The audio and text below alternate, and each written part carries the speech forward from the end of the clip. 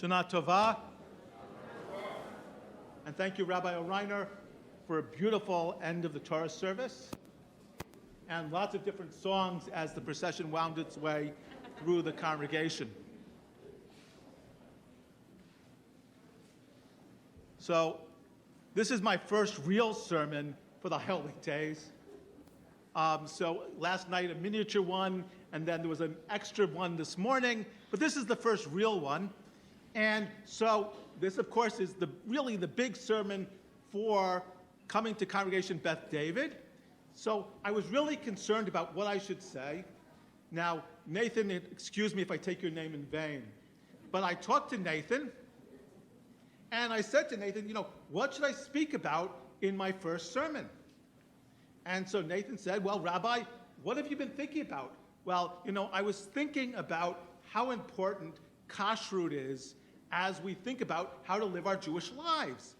And Nathan said to me, Rabbi, there are people who are kosher in the congregation. There are people who aren't kosher. You're going to embarrass the people who aren't, and you don't want to, and maybe get them upset. You don't want to talk about that. So I said, well, maybe, even though it's Rosh Hashana, maybe we should, but it's a wonderful thing that this year it's also Shabbat. So maybe I should talk about Shabbat, because it's a constant refrain in Jewish life. And so Nathan said to me, there are many people in the congregation who observe Shabbat in different ways. So I think that's not a great idea. So, then I racked my brain. I said, well, there's been lots of trouble in Israel this summer. It's been very disturbing, and maybe I should talk about that. And so Nathan said to me, well, Rabbi, there are people who look at Israel in this way and look at Israel in that way, and you're just going to get somebody upset if you talk about that. So I turned to Nathan and I said, well, I can't talk about Shabbat. I can't talk about kashrut. I can't talk about Israel. What can I talk about? So he said, talk about something Jewish.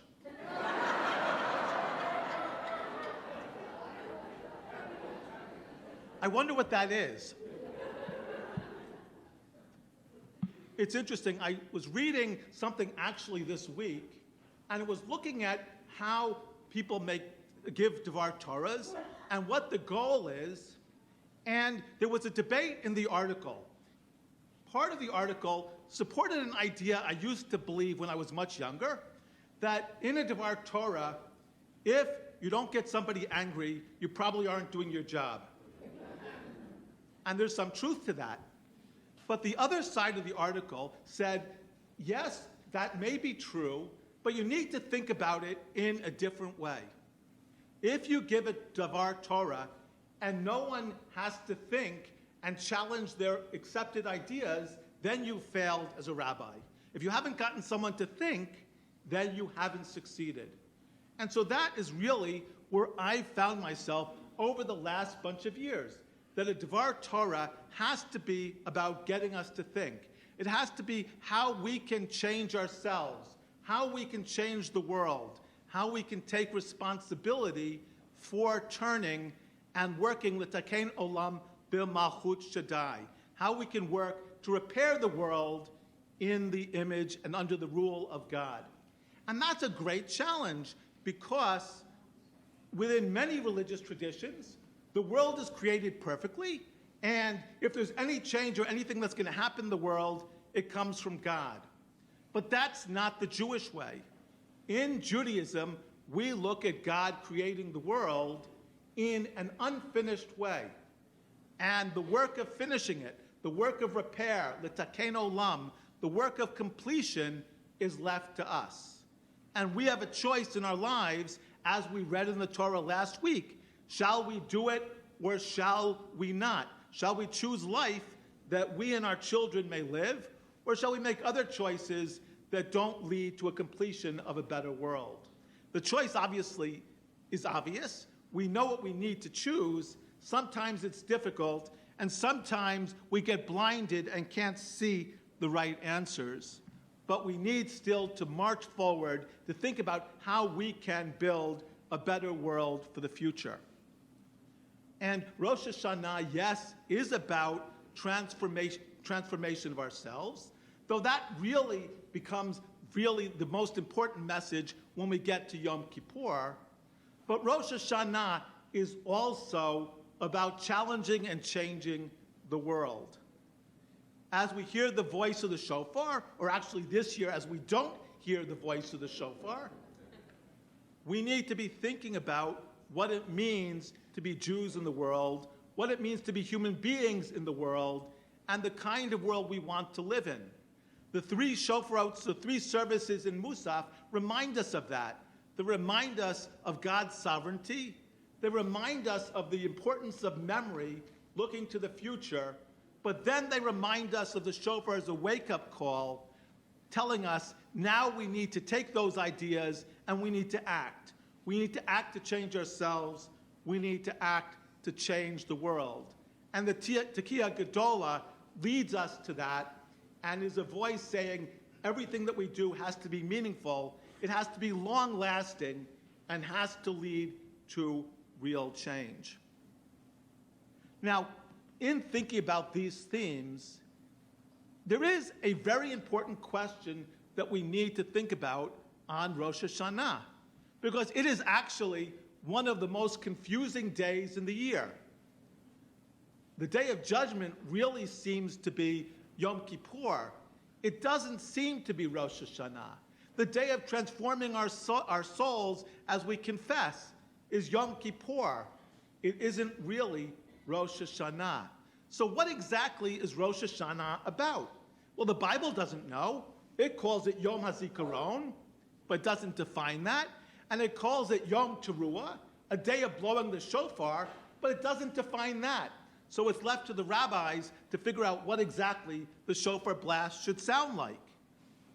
Finally, and of course, it's the first day of the 7th month. So what does that mean? Well, the rabbis said Rosh Hashanah is a new year. That was a very late idea.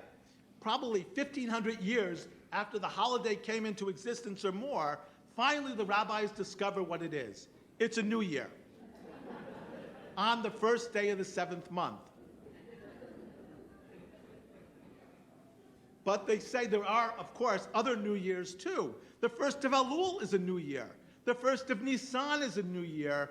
And the 15th day of Shvat is a new year, Tu B'Shvat. So if we have all these New Years, what makes this day special? And after much thought, the rabbis said, Hayom Harat Olam. Today is the birthday of the world. Today is the day that we celebrate creation. Today is the day that we understand God is our creator.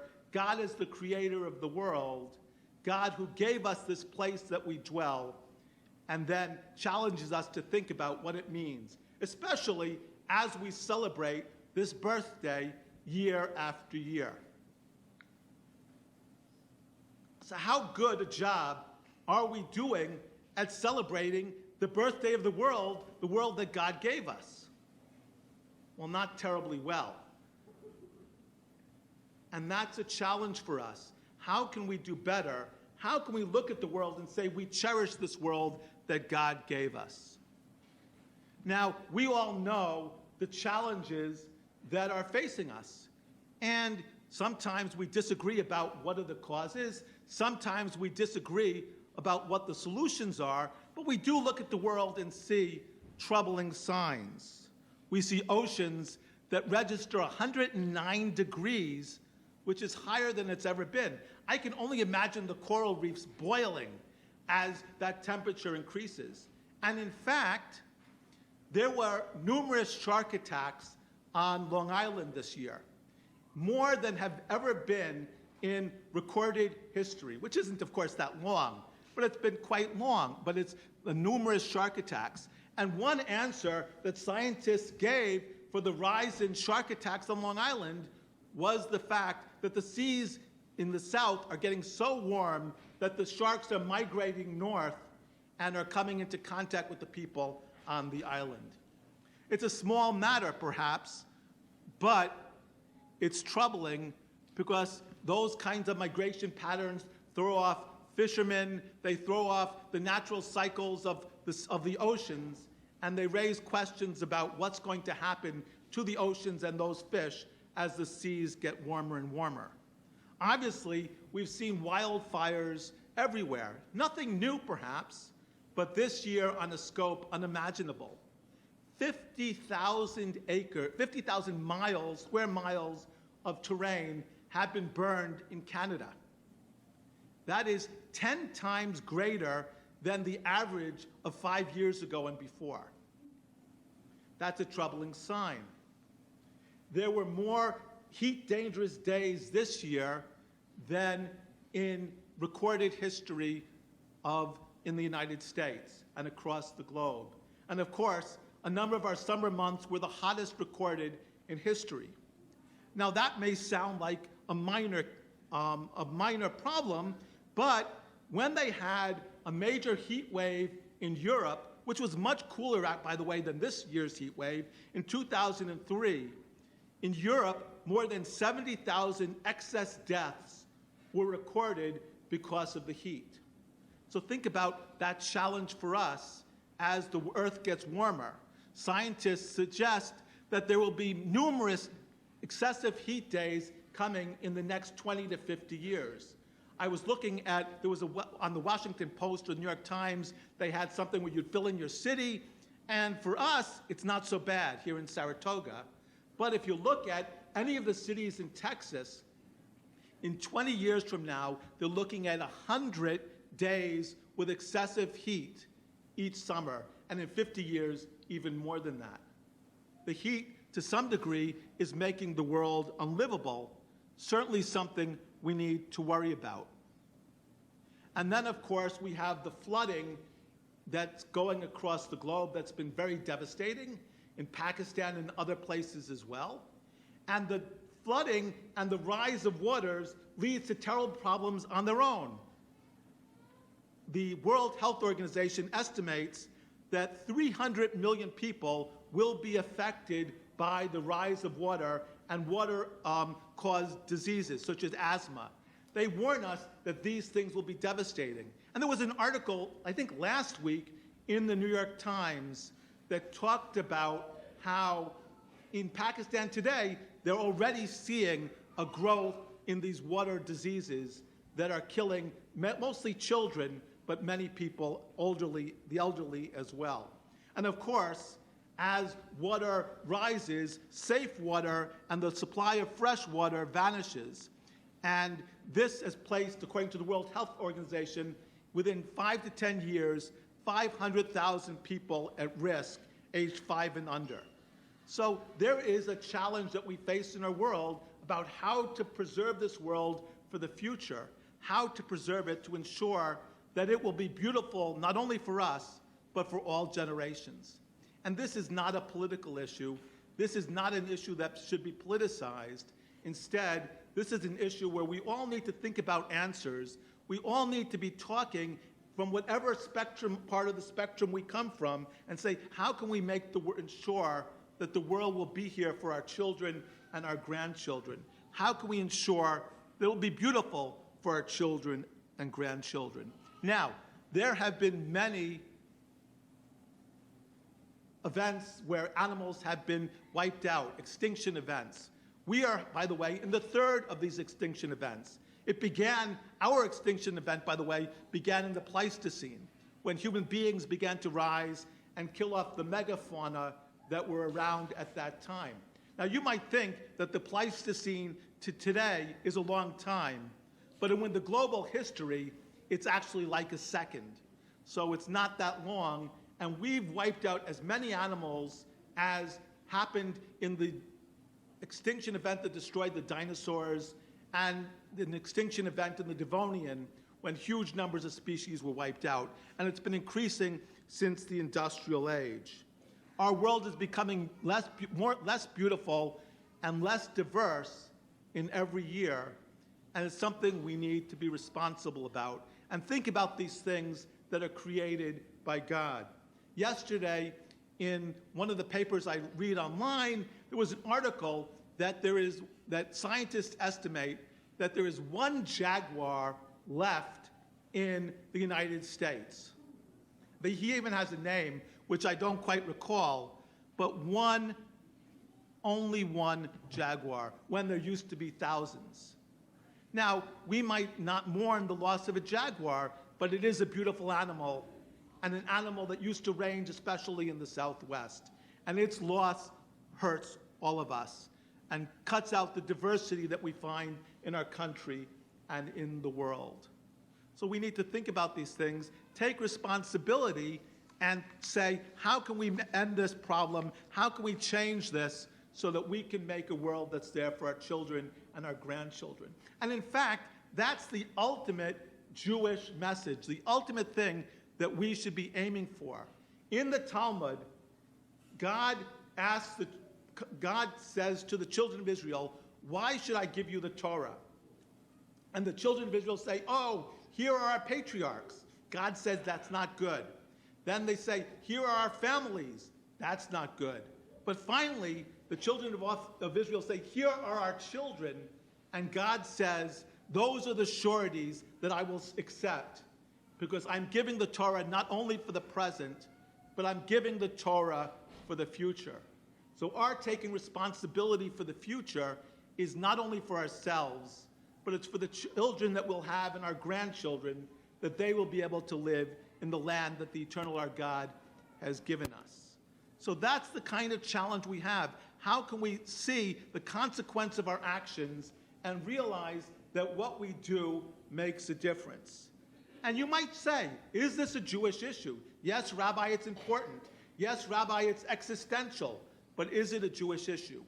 Well, in the Talmud, we have two midrashim that point to the fact of this being a Jewish issue. In one midrash, at least two, I'm only going to share two. In the first midrash, God is creating the world. He takes Adam and Eve and he shows them the garden. And this text, by the way, was written 1,700 years ago. Think about that. He shows Adam and Eve the garden, and God says to them, see this garden, this world I have made, see how beautiful it is. If you destroy it, if you harm it, there will be no one to repair it after you. So 2,000 years ago almost, our rabbis already understood that what we do with the world, how we treat it, is essential, and if we destroy it, that destruction can be forever. I think that's why in the Bible it says, even when you're at war, you're not allowed to destroy the trees. Unlike other cultures, when they were at war in the ancient times, they would conquer a city, and then they would salt the fields to ensure that nothing could ever grow in that city's area again. That's not our way. Our way is we need to preserve the trees. We need to remember that the environment is important. And the rabbis say, if you're planting a tree and you hear that the Messiah is coming, keep planting the tree. Because the future and the trees that that represents are essential. And of course, for us in Israel, what's the first thing that people did when they came to Israel? Well, they planted trees. A second midrash also reminds us of our responsibility and to realize that this is something that we need to take seriously. This is something we need to think about for the future. The midrash says that there were people sitting in a boat, and one person decided, I'm going to cut a hole in my piece of the boat. And everybody else turned to him and said, what are you, crazy? You're going to sink it. And he says to them, well, this is my piece of the boat. I can do whatever I want with it. And the midrash is telling us absolutely the opposite. No, you can't. You're responsible, as you care for your piece of the boat, to think about the other people that are there as well. And we are all on a boat. We are all on a green planet that sits in the universe. That's our lifeboat. And if we destroy it, well, at least in current technology, there's no other planet that we can get to. And even if we think about this from economic terms, which sometimes I shudder at, even there, the challenge is real. Think about this. There were 23, and this is in the United States alone, $23 billion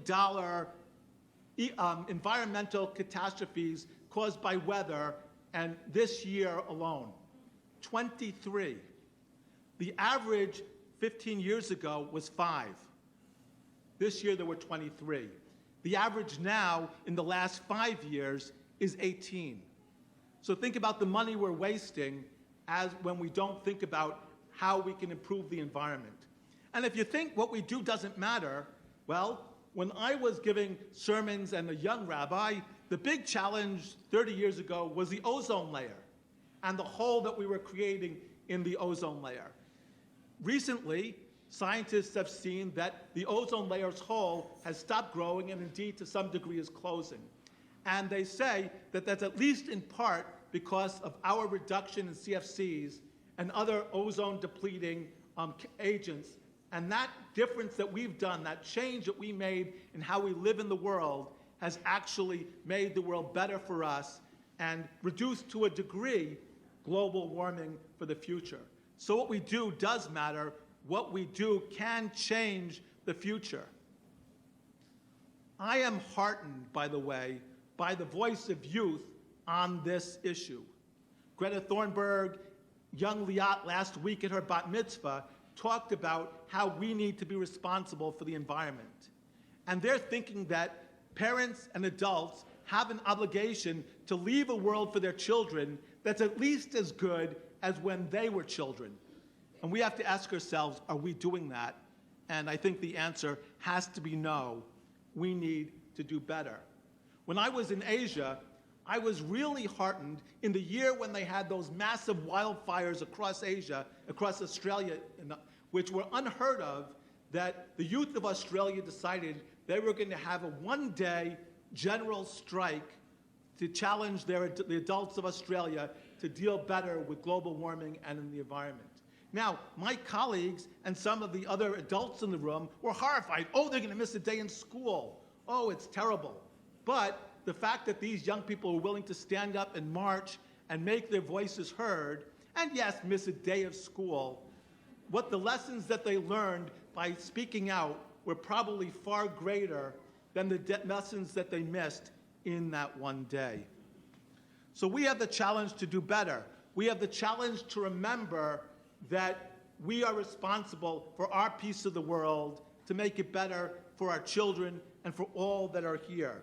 We are responsible to think about the fact that God gave us this beautiful world, and if we destroy it, that there'll be no one to repair it after us. We need to take responsibility. We need to remember to act. And it's only as we act, it's only as we think about our responsibility for future generations that we can truly say that we're celebrating the birthday of the world. We can only then truly say, Hayom Harat Olam. Today, the world stands at its birth, and today, all creatures are called to judgment, and we are being judged positively because we're ready to act. Shana Tova.